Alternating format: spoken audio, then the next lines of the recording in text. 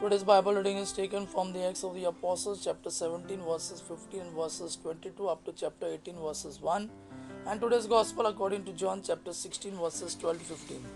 Acts of the Apostles, chapter 17, verses 15 and verses 22 up to chapter 18, verses 1.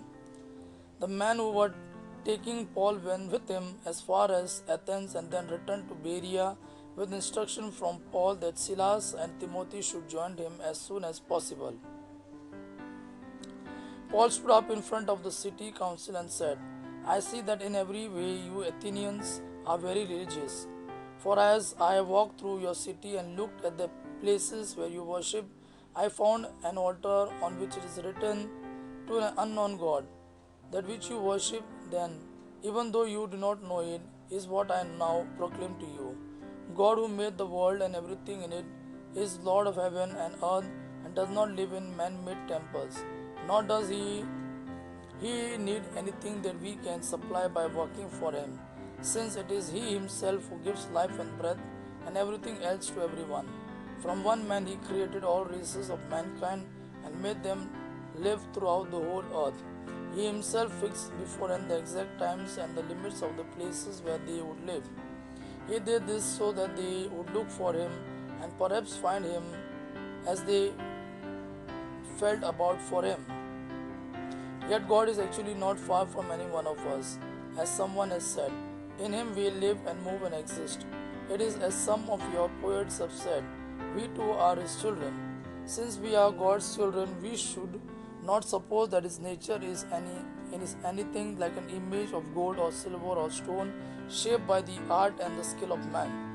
God has overlooked the times when people did not know him, but now he commands all of them everywhere to turn away from their evil ways. For he has fixed a day in which he will judge the whole world with justice by means of a man he has chosen. He has given proof of this to everyone by raising that man from death. When they heard Paul speak about a rising from the dead, some of them made fun of him, but others said, we want to hear you speak about this again. And so Paul left the meeting.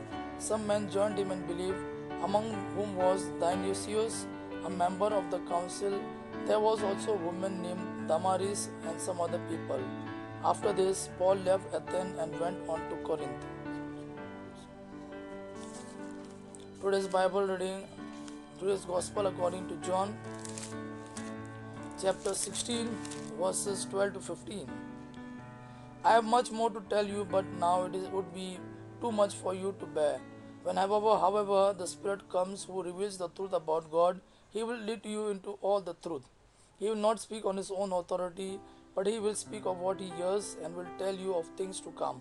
He will give me glory because he will take what I say and tell it to you. All that my Father has is mine. That is why I said that the Spirit will take what I give him and tell it to you. Gospel of our Lord Jesus Christ. Praise the Lord Jesus Christ. May God our Father and his Son Jesus fill you with his mercy, peace and love. Amen.